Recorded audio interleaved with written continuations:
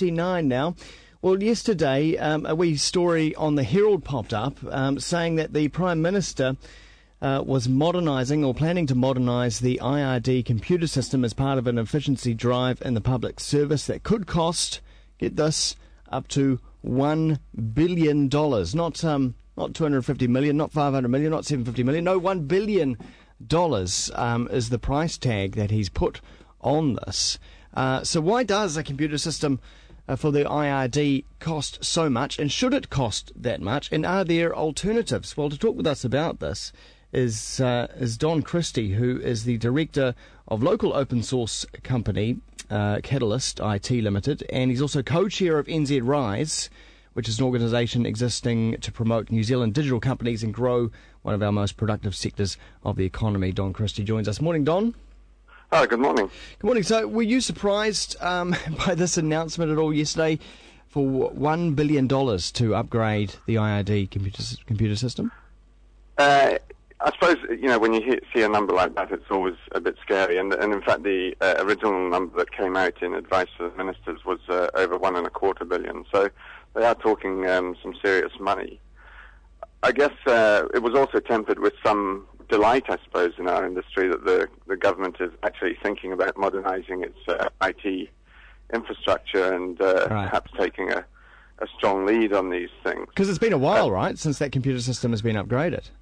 Yeah, so it was developed in the mid-'80s, and it's presumably quite expensive to run. It still runs on a mainframe, and it's quite old technology, so they're probably having to pay some serious money to keep it going. And just as they point out, it's quite constraining in the sort of things it can now do. Right. I have to say, when they built the system, it was world-leading. Yeah. And it led to the company that now called Jade Software being created. And Cantabrians will know that Jade's an iconic New Zealand IT company. Used to have naming rights for the stadium down there and so on, and still employ hundreds of developers in Christchurch. Well, exactly. To give us some idea, though, about sort of how that works currently. So a piece of software or a system, as you say, a mainframe system developed in the 1980s. Now, computers back then, of course, green screens and very sort of rudimentary compared to what we have today. Do they have modern interfaces right now that interact with that old system? I'm not sure. Sorry, it's probably not something I can comment on too much. I mean, I know IRD has lots of systems, and presumably they do have interfaces to the back end. Yeah. But the core, sort of tax collection and analysis system is the one that runs on the mainframe. So I guess potentially where you're going is, can you extend the life of the back end by doing clever stuff with the front end? And the answer, going forward is ultimately probably not. You're still running the back end on hardware that should be retired, and having to maintain skill sets that will be retiring or worse, over time. So there is a need to upgrade, and that's certainly not something I think we should dispute. What we should be terrified of is big aggregated projects that are a big risk to taxpayers' money. So we've already seen, last year, the IRD abandoning one of its projects, which had cost $30 million, the student loan rewrite project. Yeah. And what we're talking about here is something much bigger. And the danger is that, organizations, whether they're government or private, really, really struggle to deliver on massive aggregated projects. And that seems to be the current tactic of a lot of what we're hearing out of government. Why put everything in one bag? One bag. So, but why $1 billion? I mean, as you say, it's a massive number to get your head around. Should software or development cost that much? The answer is what they should do is rather than talking in terms of $1 billion, is maybe talk in terms of a whole series of $1 million projects, and start planning out in that way. I think it's awfully hard to tell, but as I say, the thing that we welcome most is the idea that this sort of money might be spent on IT. What we're worried about is that all the money will go overseas, to big corporations. Yes, and I gave the example of when the earlier system was built, there was some very enlightened procurement took place, and that acted as a big stimulus to what's our most productive sector, and the intellectual capital from that project stayed in New Zealand and allowed a successful company to spring up and start exporting. What we're seeing with organizations like IRD is that they're actually actively excluding local companies from being able to bid for this sort of work. So they're by making these big projects, they're putting conditions in place, such as liability conditions about the number of staff you can have and so on, that have nothing really to do with the outcomes of the project, and ensure that we don't end up in New Zealand with the sort of intellectual capital, with a growth in the capability of the sector, and a growth in our ability to export.